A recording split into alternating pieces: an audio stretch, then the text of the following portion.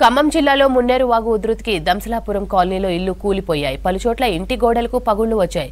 మున్నేరుకు వరద మరింత పెరిగే ఛాన్స్ ఉండడంతో పరివాహక ప్రాంతాల వాసులను అధికారులు ఖాళీ చేయిస్తున్నారు. వరద సమస్యలుంటే 1077కి కాల్ చేయాలని సూచించారు. దంసలాపురం నుంచి మరిన్ని డీటెయిల్స్ కదీర్ అందిస్తారు. ఖమ్మం జిల్లాని గత 10 రోజుల నుంచి వర్షం ముంచెత్తుతా ఉంది. దాని కారణంగా అనేక కాలనీలన్నీ కూడా నీట మునిగిపోవడం జరిగింది. ప్రస్తుతం నేను ఇప్పుడు దంసలాపురం వద్ద ఉన్నాను. దంసలాపురం వద్ద ఎలాంటి పరిస్థితి ఉంది అంటే, ఇప్పుడు చూడొచ్చు, ఏదైతే నాకు ఎడమ వైపు మున్నేరు నది ప్రవహిస్తూ ఉంది.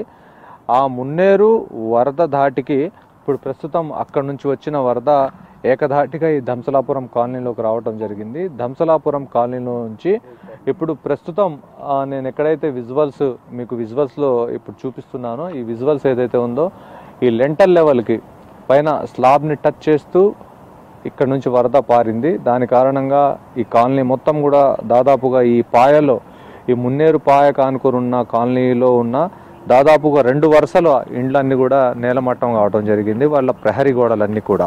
ఇప్పుడు ప్రస్తుతం ఈ కాలనీకి రాత్రి జిల్లా collector Muzammil Khan, CP Sunil Dutt, deputy CM Bhatti Vikramarka ముగ్గురు వచ్చి ఈ కాలనీని వెకెట్ చేయండి, మళ్ళీ ఎగువన కురుస్తున్న వర్షాలకు తోడుగా ఖమ్మం జిల్లాలో కురుస్తున్న వర్షాలకు మున్నేరు వరద ఉధృతి పెరిగే అవకాశం ఉంది. దాని కారణంగా మరింత ఇబ్బంది ఎదుర్కొనే అవకాశం ఉంది. ఇప్పటికే అనేక మంది ఇండ్లకు సంబంధించిన గోడలు కూలిపోవడం జరిగింది, ప్రహరీ గోడలు కూలిపోవడం జరిగింది, రకరకాల ఇబ్బందులను ఎదుర్కొన్నారు.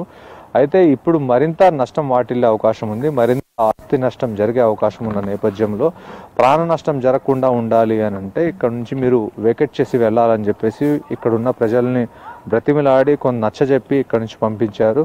గత 10 రోజుల నుంచి ఇక్కడ ఉన్న ప్రజలు ఎవరు బయటికి వెళ్లే పరిస్థితి కనపడటం లేదు. జిల్లాలో అనేక చోట్ల వర్షం కురిసినప్పటికీ మున్నేరులో ఎక్కువగా ఎలాంటి పరిస్థితి ఉంది అని అంటే, ఇక్కడ ఖమ్మం నగరంలో ఎక్కువగా ఎఫెక్ట్ అయింది. దాని కారణంగా ప్రజలు చాలా ఇబ్బంది ఎదుర్కొంటున్నారు.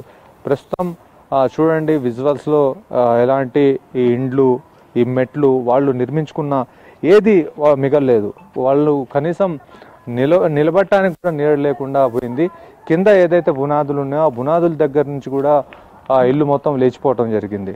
దాని కారణంగా ఇళ్లను కోల్పోయారు. వాళ్ళందరినీ తీసుకెళ్లి వరద బాధితులందరినీ పునర్వాసం కల్పించే విధంగా అక్కడ ఏర్పాటు చేశారు. ఎక్కడ అడుగు తీసి అడుగు వేసే పరిస్థితి కూడా లేదు. జారిపోతా ఉంది మొత్తం ఒండు రావటం వల్ల. ప్రస్తుతానికి అటు ఖమ్మం జిల్లా కొణిజర్ల మండలం తీగల బంజర సమీపంలో ఆ సమీపం నుంచి అటు పారుతున్న ఆ జన్నారం దగ్గర వాగు కానీ అక్కడున్న ప్రతి ఒక్క వాగు పొంగిపొర్లటం కారణంగా అక్కడ రాకపోకలు కూడా నిలిచిపోయాయి. కొత్తగూడెం వెళ్ళే మార్గానికి అటు మార్గం లేదని చెప్పేసి అధికారులు అక్కడ బారికేడ్లను ఏర్పాటు చేశారు. ఇప్పుడు చూడండి మీరు ఈ దంసలాపురం కాలనీలో కింద ఉన్న పునాదుల్లో ఉన్న మట్టి ఏ విధంగా లేచిపోయింది అనేది ఇక్కడ కనిపిస్తూ ఉంది. ప్రతి ఒక్క చోట ఇలాంటి పరిస్థితి ఉంది. దీనిపైన సమగ్రంగా అధికారులు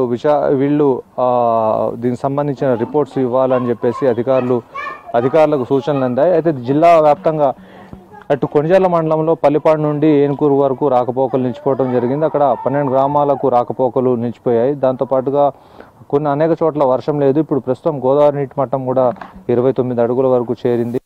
దాంతో 43 అడుగులు వచ్చేదాకా గోదావరికి ఎలాంటి ఎఫెక్ట్ ఉండదు. అయితే ప్రస్తుతం మధిర నియోజకవర్గంలో చిరుజల్లు లాంటి వర్షం కురుస్తూ ఉంది. ఇప్పుడు ప్రస్తుతం ఇక్కడ పాలవంచ కిన్నెరసాని ప్రాజెక్టుకు కూడా వరద నీరు చేరుతూ ఉంది. ఇప్పుడు ప్రస్తుత నీటి మట్టం వచ్చేసి 404 అడుగులు ఉన్నది. ఇన్ఫ్లో వచ్చేసి 3500 క్యూసెక్కులు ఉన్నది. అయితే ప్రస్తుతం జిల్లాలో ఎక్కువగా ఖమ్మం నగరంలోనే ఎక్కువగా ఫోకస్ ఉంది.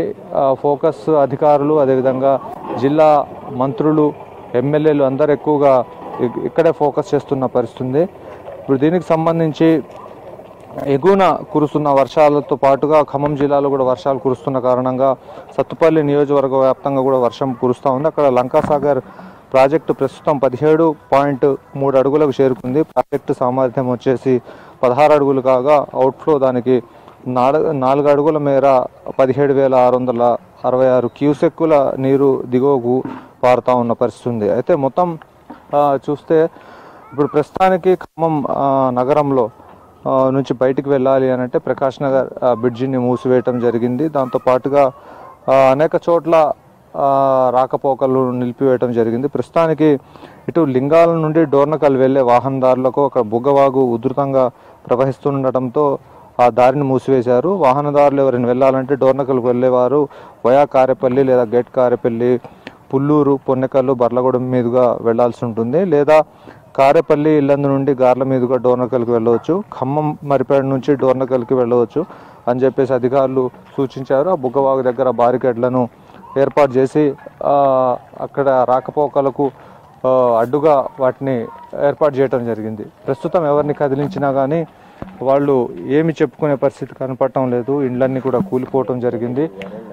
కూలిపోవటంతో పాటు ఇప్పుడు ప్రస్తుతం జిల్లాలో మున్నేరు పరివాహక ప్రాంతమైన మోతీనగర్, కాలువోడ్డు, వెంకటేశ్వర నగర్ కాలనీ, వేణుగోపాల్ నగర్, కవిరాజ్ నగర్ లాంటి అన్ని కాలనీలు నీట మునిగిపోయాయి. ఆల్రెడీ మళ్ళీ మునిగిపోయే అవకాశం ఉందని చెప్పేసి అధికారులు భావిస్తున్నారు. ఈ నేపథ్యంలో అందరినీ మున్నేరు పరివాహక బెల్ట్ ఏదైతే ఉందో అటు రాజీవ్ గృహకల్ప, జలగం నగర్, అదేవిధంగా ధంసలాపురం ఈ కాలనీలన్నీ వేకెట్ చేయాలని చెప్పేసి అధికారులు సూచిస్తూ ఉన్నారు. ఇది వేకెట్ చేయకపోతే నిన్నటి వరకు జరిగిన ఆస్తి నష్టం కాకుండా ప్రాణ నష్టం కూడా వాటిల్లే అవకాశం ఉన్న నేపథ్యంలో ఇది వేకెట్ చేయండి అని చెప్పేసి దాదాపు ఒక 10 రోజులు పాటు బయటనే ఉండాలని చెప్పేసి అధికారుల సూచన జరుగుతుంది. దాంతోపాటుగా జిల్లాలో ఎటువంటి అవాంఛనీయ సంఘటనలు జరిగినా, ఎవరైనా ఇరుక్కున్నా 1077కి కాల్ చేయాలని చెప్పేసి జిల్లా అధికారులు ఒక టోల్ ఫ్రీ నెంబర్ని కూడా ఏర్పాటు చేయడం జరిగింది. ఏదైనా అత్యవసర సమయంలో 1077కి కాల్ చేయాల్సిందిగా ముజమ్మిల్ ఖాన్ ఒక ప్రకటన విడుదల చేశారు. ఏది ఏమైనా కానీ జిల్లా అధికార యంత్రాంగం మొత్తం కూడా వరదల్లో చిక్కుకున్న వారిని ఏ విధంగా బయటికి తీసుకురావాలి అనే దానిపైన ఎక్కువగా దృష్టి సారించారు. ఈ నేపథ్యంలో అధికార యంత్రాంగం కింది స్థాయి అధికారుల దగ్గర నుంచి పై స్థాయి అధికారుల వరకు వరద ప్రభావిత ప్రాంతాల్లోనే ఎక్కువగా తిరుగుతున్నారు. ఇప్పటికే మంత్రి తుమ్మల, అదేవిధంగా పొంగులేటి శ్రీనివాసరెడ్డి ఇద్దరు కూడా మున్నేరు పరివాహక ప్రాంతంలో ఉన్న ప్రజలు అప్రమత్తంగా ఉండాలని చెప్పేసి ఒక ప్రకటన ద్వారా కోరారు. దాంతోపాటుగా అధికారులను కూడా అలర్ట్ చేశారు. నిన్న మొన్నటి వరకు జరిగిన నష్టాన్ని దృష్టిలో పెట్టుకొని ఈ నిర్ణయం తీసుకున్నారు. ఇప్పటికే వాళ్ళందరినీ వెకెట్ చేయించి పునరావాస కేంద్రాలకు తరలించడం జరిగింది. వాళ్ళకు ఉదయం టిఫిన్, మధ్యాహ్నం భోజనం, రాత్రి డిన్నర్ లాంటి సౌకర్యాలు కల్పిస్తూ ఉన్నారు. కొంతమంది అందడం లేదని చెప్పేసి అంటున్నారు. ఒకవేళ ఎవరికైనా అందకపోతే తమకు ఫిర్యాదు చేయాలని చెప్పేసి తమ కార్యకర్తల ద్వారానో అధికారుల ద్వారానో వాళ్లకు ఆహారాన్ని అందజేస్తామని చెప్పేసి మంత్రులు చెబుతున్న పరిస్థితి.